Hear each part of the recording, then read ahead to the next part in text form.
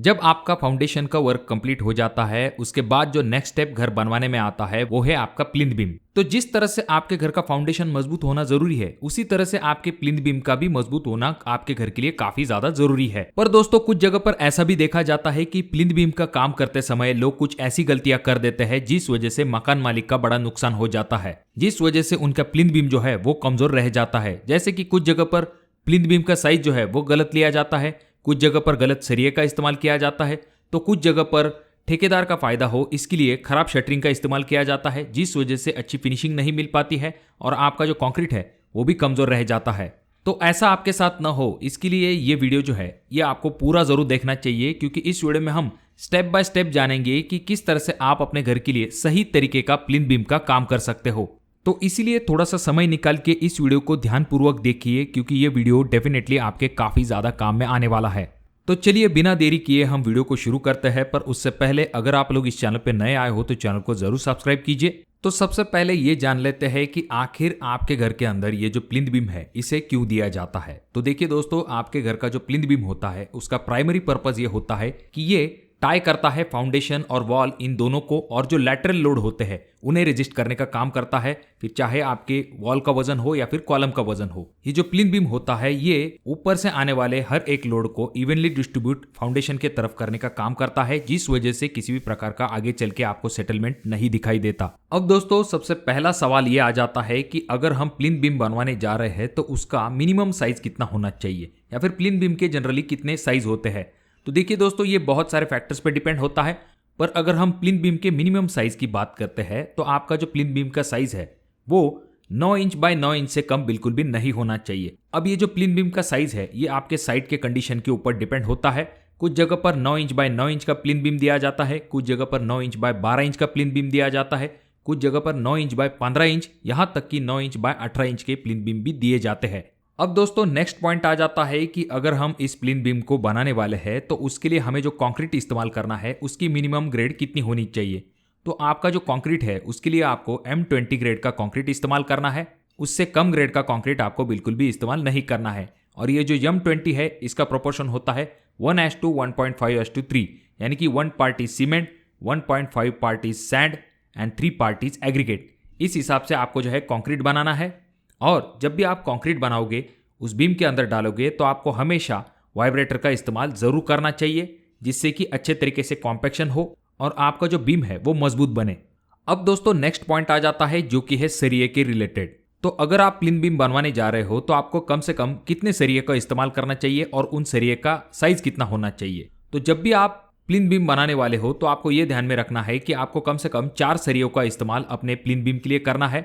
और जो बॉटम का सरिया होगा, जहां पर आपका टेंशन जोन होता है, तो वहां पर सरिये का साइज 12 mm होना चाहिए, और जो टॉप के सरिये होते हैं वहां पर कॉम्प्रेशन जोन होता है, तो वहां पर आप जो है 10 mm के सरिये का भी इस्तेमाल कर सकते हो। अब कुछ जगह पर ठेकेदार जो है अपने पैसे बचाने के चक्कर में बॉटम में भी 10 का बार इस्तेमाल कर लेते हैं और टॉप में जो है वो 8 mm का इस्तेमाल करते हैं। तो आपको ऐसा बिल्कुल भी नहीं करना है। ध्यान में रखिए, टॉप में आपको 10 mm इस्तेमाल करना है और बॉटम में आपको कम से कम 12 mm का इस्तेमाल करना है, उससे कम बिल्कुल भी नहीं। और आपके बीम के लिए जो स्टिरअप इस्तेमाल की जाती है साइट के भाषा में जिसे रिंग कहा जाता है, तो उसके लिए आपको कम से कम 8 mm के सरिये का इस्तेमाल करना है। पहले जो है वो 6 mm का इस्तेमाल किया जाता था, पर आजकल जो है सभी जगह पर 8 mm की जो स्टिरअप है उनका इस्तेमाल किया जाता है। अब दोस्तों, ये जो स्टिरअप्स है इनका जो सेंटर टू सेंटर डिस्टेंस होता है वो भी काफी इंपॉर्टेंट होता है, यानी कि एक रिंग से लेके दूसरे रिंग तक का जो डिस्टेंस है वो आपको ध्यान में रखना पड़ेगा, क्योंकि कुछ जगह पर स्टिरअप जो है उन दोनों के बीच में जो डिस्टेंस है वो बहुत ही ज्यादा कर दिया जाता है, जिस वजह से आपका बीम जो है वो कमजोर रह सकता है। तो इसके लिए आपको क्या करना है,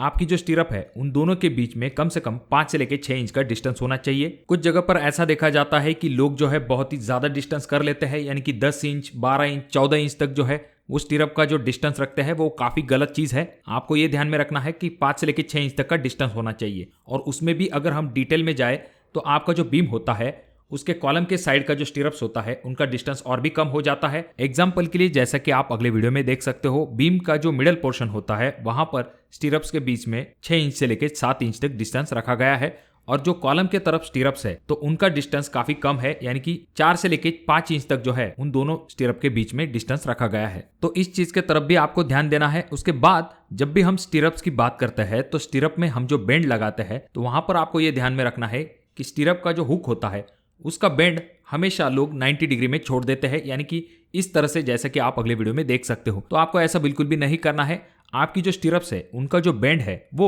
135 डिग्री में होना चाहिए, यानी कि प्रॉपर हुक जो है वो आपके स्टिरप को मिलना चाहिए, जिससे कि आपके बीम को प्रॉपरली होल्ड करने का काम आपकी स्टिरप कर सके। और जब भी आप इस स्टिरप को बीम के अंदर फंसाने वाले हो तो ये जरूर ध्यान में रखिए कि जो हुक है उसकी पोजीशन अल्टरनेट आनी चाहिए। ऐसा नहीं होना चाहिए कि सभी हुक जो है वो एक ही लाइन में एक साइड में आ चुके हैं।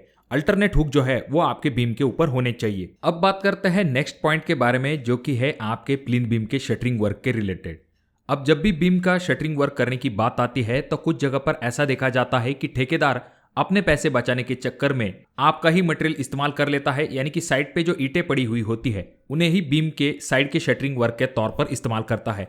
अब इसका सबसे बड़ा नुकसान ये होता है कि आपका जो बीम है उसकी फिनिशिंग बहुत ही खराब हो जाती है। आपका बीम बिल्कुल भी अच्छा दिखाई नहीं देता है। आपको यही पता नहीं चलेगा कि आपके बीम का साइज कितना है, यानी कि इतना खराब जो है वो आपका प्लिंथ बीम दिखाई देता है, सिर्फ और सिर्फ इन ईंटों का इस्तेमाल करने की वजह से। अब ये जो ईंटें हैं इनका दूसरा बड़ा नुकसान ये होता है कि ये जो ईंटें होती है ये जब शटरिंग वर्क के लिए इस्तेमाल की जाती है, यानी कि खास करके जो बीम के साइड के लिए इस्तेमाल की जाती है, तो वहां पर यह होता है कि ये ईंटें तो सूखी हुई होती है और ये अपने अंदर कंक्रीट का जो पानी होता है वो खींच लेती है, जिस वजह से आपका कंक्रीट जो है वो कमजोर हो जाता है। परिणाम स्वरूप आपका बीम भी कमजोर रह जाता है। तो इसीलिए आपको यह ध्यान में रखना है कि आपका जो प्लिंथ बीम है उसके साइड के शटरिंग वर्क के लिए आपको हमेशा प्लाई का इस्तेमाल करना है, जिससे कि आपको प्लिंथ बीम की अच्छी और प्रॉपर फिनिशिंग मिल सके। और अगर आपका ठेकेदार बीम के साइड के लिए ईंटों का इस्तेमाल करने लगे तो उससे कहिए कि अरे पगले, पूरे पैसे लिए हैं, फिर क्यों ऐसे काम कर रहा है। अब दोस्तों ये तो हो गई प्लिंथ बीम के साइड की बात, पर जब बात आती है प्लिंथ बीम के बॉटम की तो वहां पर ईंटों का इस्तेमाल किया जाता है। तो देखिए दोस्तों, अगर प्लिंथ बीम के नीचे कोई भी जगह नहीं है और वहां पर शटरिंग वर्क का इस्तेमाल किया जाएगा तो ऐसा शटरिंग वर्क नीचे से निकालने में काफी दिक्कत हो जाती है। इसके लिए प्लिंथ बीम के नीचे ईंटों का इस्तेमाल किया जाता है। अब भले ही आप प्लिंथ बीम के नीचे ईंटों का इस्तेमाल करो, पर आपको यह ध्यान में रखना है कि कंक्रीट करने से पहले उन ईंटों को आपको अच्छे से भिगो लेना है, उसके बाद जाकर ही आपको वहां पर कंक्रीट करना है। अब दोस्तों, जब भी आप कंक्रीट करने वाले हो, शटरिंग वर्क प्रॉपर तरीके से किया है, पर आपको यह ध्यान में रखना है कि वहां पर आपको कवर ब्लॉक का जरूर इस्तेमाल करना है। आपको जो बीम है उसके लिए कम से कम 25 mm का कवर ब्लॉक जरूर प्रोवाइड करना है। अब कुछ जगह पर ऐसा देखा जाता है कि जो प्लिंथ बीम है उसे डायरेक्टली ईंटों के ऊपर रख दिया जाता है, या फिर आपका जो बीम का सरिया होता है वो मिट्टी के संपर्क में आ जाता है। ऐसे दोनों ही कंडीशन में आपका जो सरिया है वो जल्दी जंग को पकड़ सकता है, जो कि डेफिनेटली आपके बीम के लिए बहुत ही खराब बात होती है। तो दोस्तों, यहाँ पर आपको इस तरह के जो कवर्स है उनका इस्तेमाल करना है। बॉटम से कवर आना चाहिए, बीम के जो साइड्स है वहां पर भी आपको कवर जरूर प्रोवाइड करने हैं। ये भी ध्यान में रखिए कि आपके जो सरिये होते हैं वो इस तरह से टेढ़े मेढ़े नहीं होने चाहिए, यानी कि कहीं पर आपके शटरिंग वर्क को चिपके हुए है, कहीं पर बहुत ही ज्यादा गैप है, तो ऐसा नहीं होना चाहिए। दोनों साइड में आपको क्लियर मार्जिन अच्छे तरीके से मिलना चाहिए। अब अगला पॉइंट आ जाता है जो कि है डेवलपमेंट लेंथ के रिलेटेड। जब भी प्लिंथ बीम को बांधा जाता है तो कुछ जगह पर लोग जो है डेवलपमेंट लेंथ की तरफ ध्यान नहीं देते हैं, वैसे ही बार को छोड़ देते हैं। अब जैसा कि आप अगले वीडियो में देख सकते हो, यहाँ पर ये जो बीम है इस कॉलम में एंड हो रहा है, तो यहाँ पर आपको डेवलपमेंट लेंथ जरूर प्रोवाइड करनी है। डेवलपमेंट लेंथ यानी कि ये जो सरिया है ये नीचे की तरफ इस तरह से मोड़ा हुआ होना चाहिए, यानी कि जहां पर आपके बीम का एंड है वहां पर आपको इस तरह से स्टील को बेंड करना है। अब इससे आपके बीम को अच्छी बॉन्डिंग स्ट्रेंथ मिलने में जरूर मदद मिलती है। अब यहाँ पर नेक्स्ट पॉइंट आ जाता है जो कि है लैपिंग के रिलेटेड। एक बार से जब हम दूसरे बार को कनेक्ट करते हैं तो वो लैप लेंथ कितनी होनी चाहिए, तो इसके लिए सिंपल फॉर्मूला होता है। जो कंप्रेशन जोन होता है उसके लिए लैप लेंथ का फॉर्मूला होता है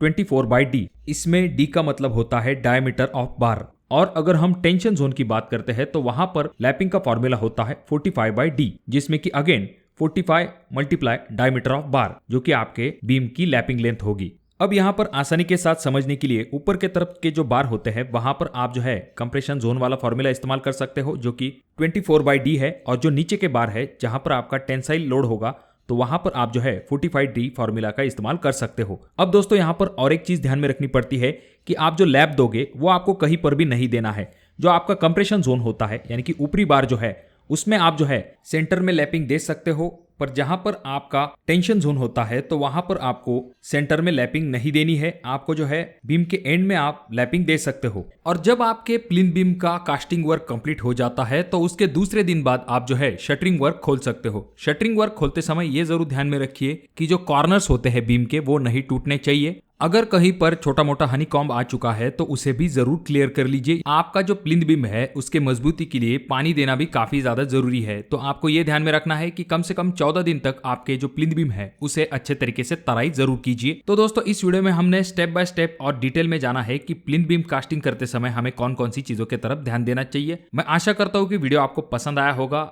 अगर वीडियो आपको पसंद आया हो तो जरूर इसे लाइक कर दीजिए, और आपके कोई सवाल है या फिर आप चाहते हो किसी पर्टिकुलर टॉपिक के ऊपर वीडियो, तो उसके बारे में भी कमेंट बॉक्स में कमेंट जरूर कीजिए। वीडियो अगर बहुत ज्यादा ही अच्छा लगा हो तो अपने दोस्तों के साथ शेयर कर दीजिए, और ये जो तीनों वीडियो है इनमें से कोई एक वीडियो आपके जरूर काम में आ सकता है।